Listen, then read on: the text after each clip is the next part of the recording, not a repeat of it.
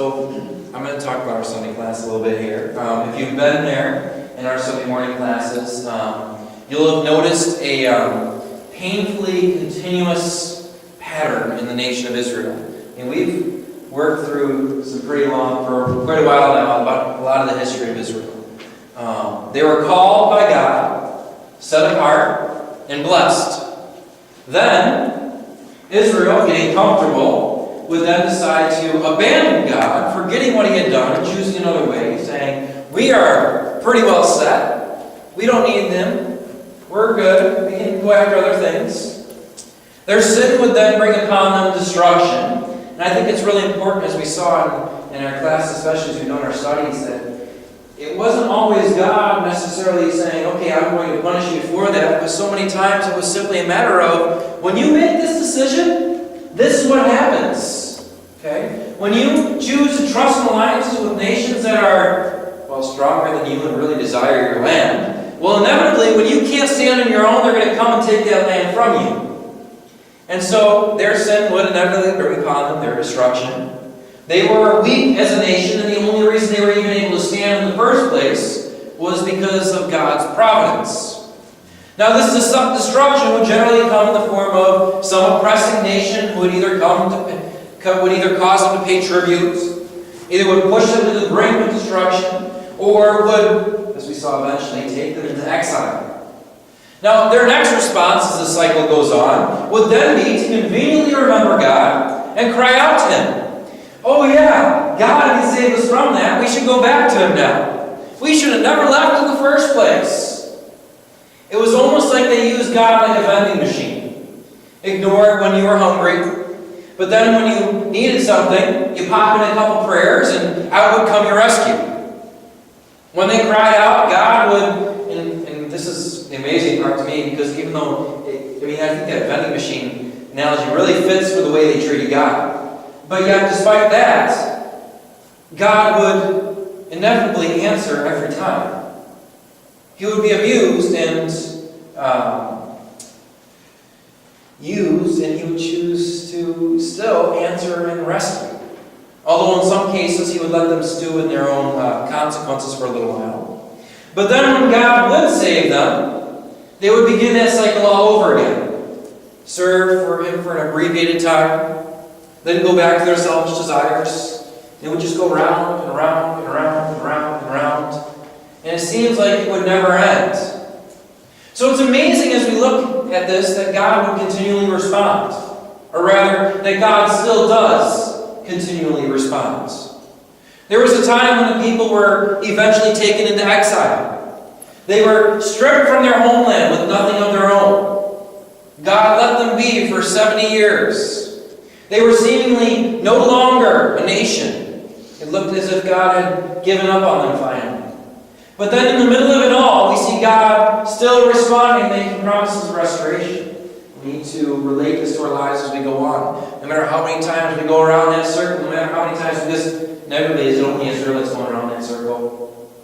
Is it only Israel that seems to serve God, then go their own way, make mistakes, reap the consequences, cry out to God because of the consequences, God saves them, they serve God, and around. We all tend to function in that way. It's not, it's a part of sin that's come into our lives. It's a part of what has now become human nature. And so we can take comfort in that, not in that cycle, but in the fact that when we come back to God, He just answers us. And He comes back and He calls out to us. And so we turn over to Isaiah chapter 49. In this case, in the middle of it all, He calls out and makes promises of restoration. Isaiah chapter 49. And you're going to want to stay there because we're going to work from Isaiah chapter 49 a little bit today. So don't close your Bibles once we get done reading. Okay. Isaiah chapter 49, starting in verse 8. Isaiah chapter 49, starting in verse 8. Thus says the Lord, in a time of favor I have answered you.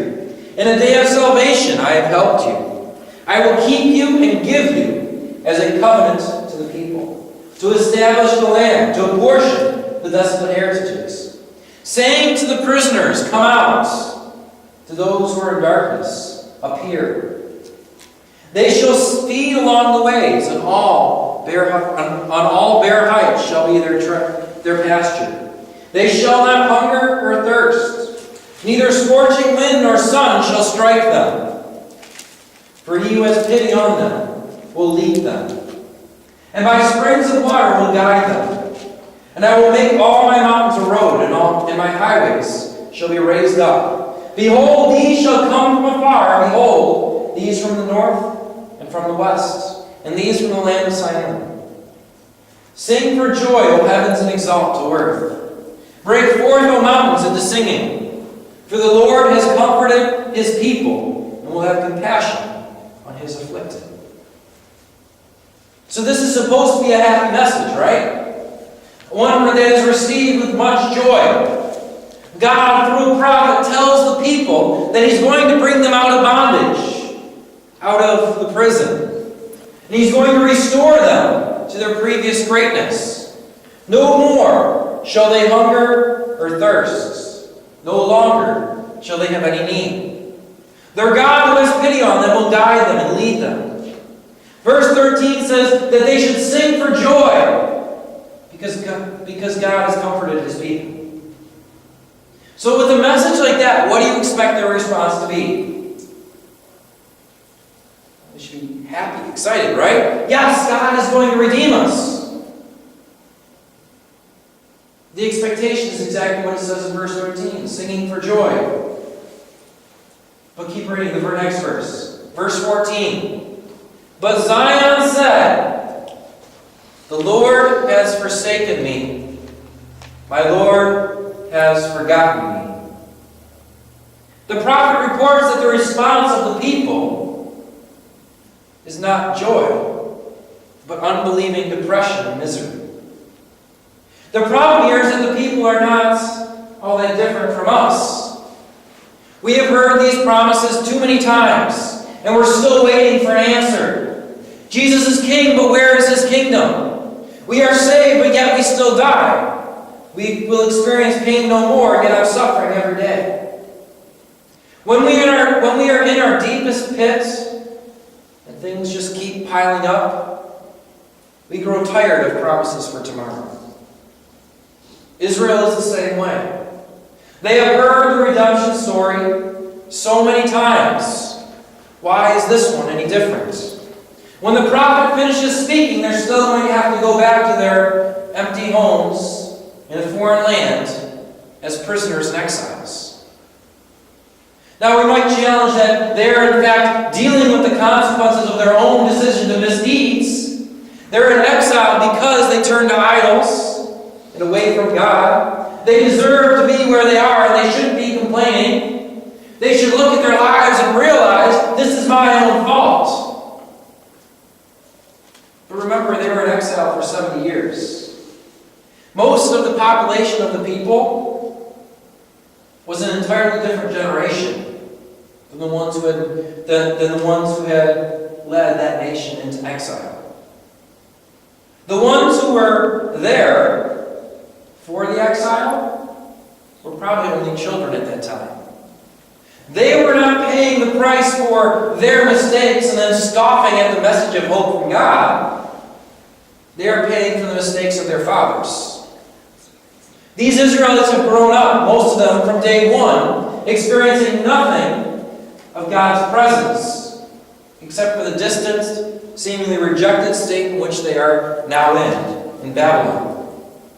Now that is not to say that many of them are not experiencing hardships because of their own choices right now. But for the most part, for most of them, they had nothing to do with the exile. We as well find ourselves in the same boat. We don't like that concept, reaping the consequences of somebody else's mistakes. It's not fair. It's not right. It's not just. We as well experience pain and suffering as a result of possibly our parents, other people, and general human history. We live in a world of pain and suffering that was never supposed to be in pain and suffering. We experience the death of loved ones where no death is supposed to even exist. We get into car accidents, fight to pay the bills, lose our homes, lose our strength, and lose our joy every single day. And many times, no fault of our own. But at the same time, many times it is. You can't blame Israel for experiencing such temptation, as we ourselves go through it as well. So many people, not just bad people, but good people, have proclaimed that line. The Lord has forsaken me. My Lord has forgotten me. What are we to do about that? It's obvious that we don't believe that God has forgotten us completely. We might have that seed growing and fighting within us, but if we believe that God has forgotten about us completely, then none of us would be here this morning. The very act of our presence speaks of our hope, no matter how small it is. So with this situation set up, and with their response, how do you think God will respond to them? What will God say to that kind of a statement? I will restore you, I will redeem you. No, you won't, you've forgotten me. Will he say to them in a rebuking manner, you of little faith? Will he just walk away? Will he ignore them? Will he give them a sign, a miracle, saying, no, see here, I just did that?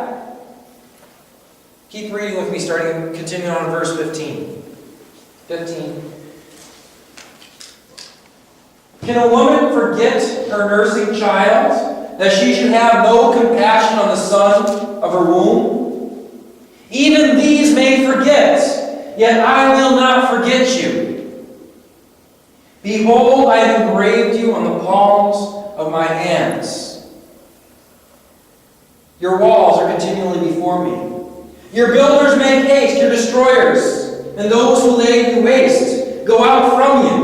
Lift up your eyes around and see, they all gather. They come to you.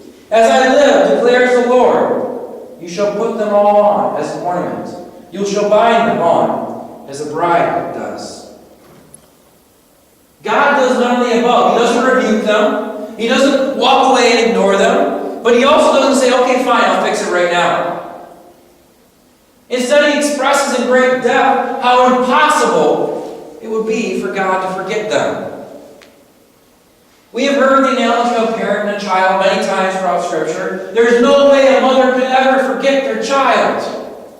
But then we have the reality of life, and we have seen, unfortunately, that sometimes it does happen. And for all those skeptics who say, well, but it does happen sometimes. My father, my mother forgot me. God says this one doesn't. But how about that next one? God has engraved your name on the palm of his hand. We have all heard of people who have many times regrettably marked themselves with a tattoo that they can't escape from. They have an ex-girlfriend's name that isn't the same as their current wife. A small butterfly that with age has become a large butterfly. They simply can't escape their choice to have marked their bodies. Some may be regretful of it, whereas others may still be glad they got it. But inevitably, though, no matter what they think about it, they must live with it, and they can never forget it because it's permanent. God has marked himself with you in such a way that it can never be taken away or forgotten. I don't think he's here talking about just those who have been saved either.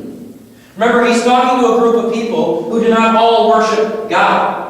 He's not talking to the church. This is a prophet talking to a lost people. God has engraved in the palms of his hands all of his children. Both the ones who call themselves children and those who have run away denying their very identity. No matter what situation we find ourselves in, no matter how bad and miserable life gets, God has not forgotten us. And he is not sitting idly by ignoring our plight. But notice he doesn't say, okay, here, let me fix that. He instead says, you will be saved. You shall experience salvation. You will overcome. Meaning one day.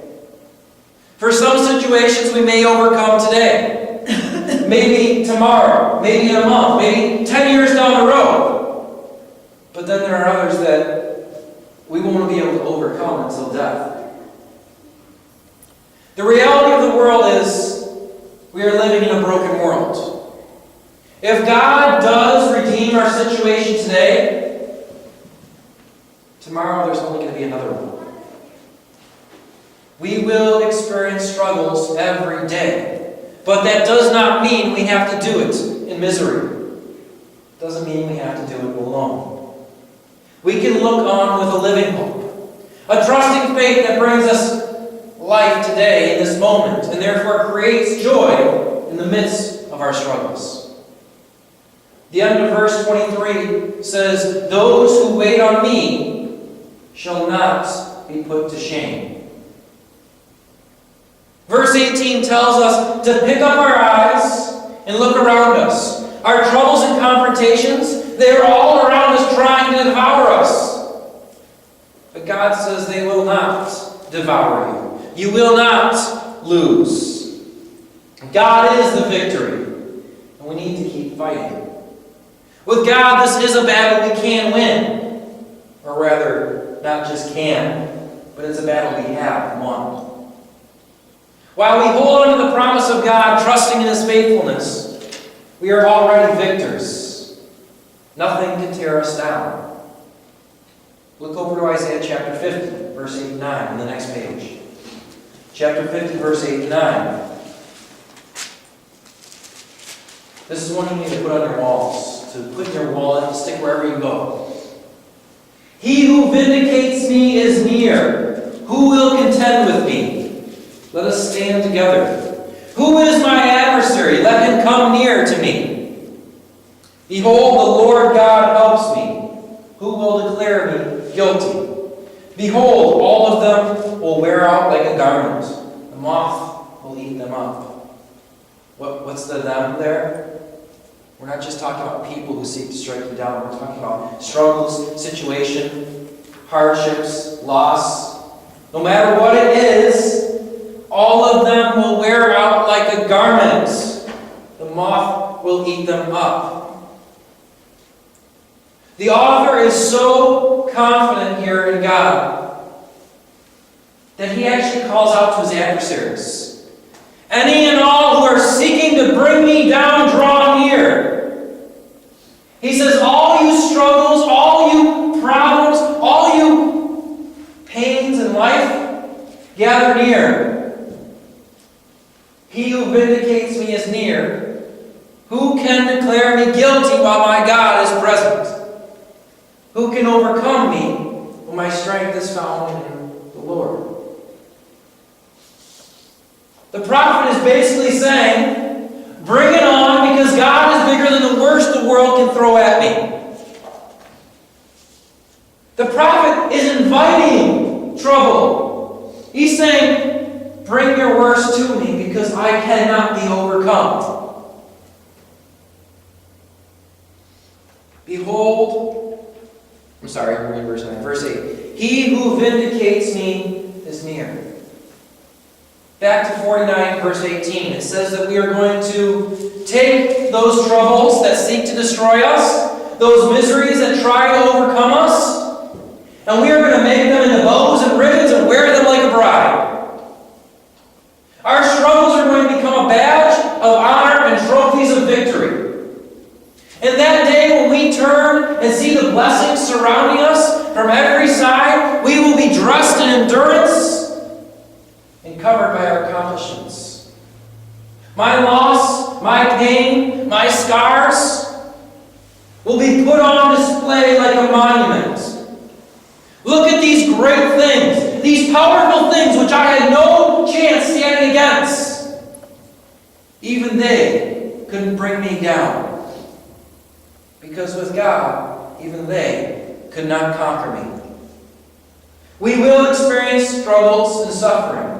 every day until our passing. This is a reality of life. I won't try to stand here and tell you that God is going to fix everything if you only have faith, because I can't say that. I can't say He's going to bring a miracle and provide for every shortcoming. There will be tears. You will be in pain. But I can say with confidence that God is catching every tear and matching them with His own. You may cry, you may struggle, but I can say with confidence that if you trust in God, He will get you through the other side. God cannot forget you. It's not a matter of will He or will He not. It's a matter of God is not capable of forgetting you. He engraved your very being into His hands. He looks upon you every single day, loving you as no one ever has. God cannot forget because He loves and because He is love. You will make it through. There is hope for tomorrow, and there is even hope for today. Just because we have to go through experiences does not mean we have to go through them alone. We have God and we have the church. Both will help us get through, but only if we take advantage of both. We can't just sit at home and pray and say, God, help me get through this. Because God is trying to help you get through this with the people you're sitting next to right now. You go it alone, you're not. God's placing the help before you and you're saying, I don't know. There is hope for today because we're sitting in this room together today. So let us take advantage of every tool that we have. Let us have the faith to see our struggles coming, and yet have the confidence to know that we are already victors. Can you imagine having that kind of faith that you can see the struggle coming and say, come a little closer, because I know I can overcome it with God? Can you imagine that? I mean, it's so hard to get through things as it is. But the author here is so confident in God that he says, I don't care how hard they are, bring them on, because God is going to get them through. Not even that can knock me down. So let us somehow find the faith and the courage, the key word there is together, to call out our adversary, the devil and sin, to bring their best, because it's the Lord who helps me. And I'm not just going to make it through, but I'm going to make it through blessed.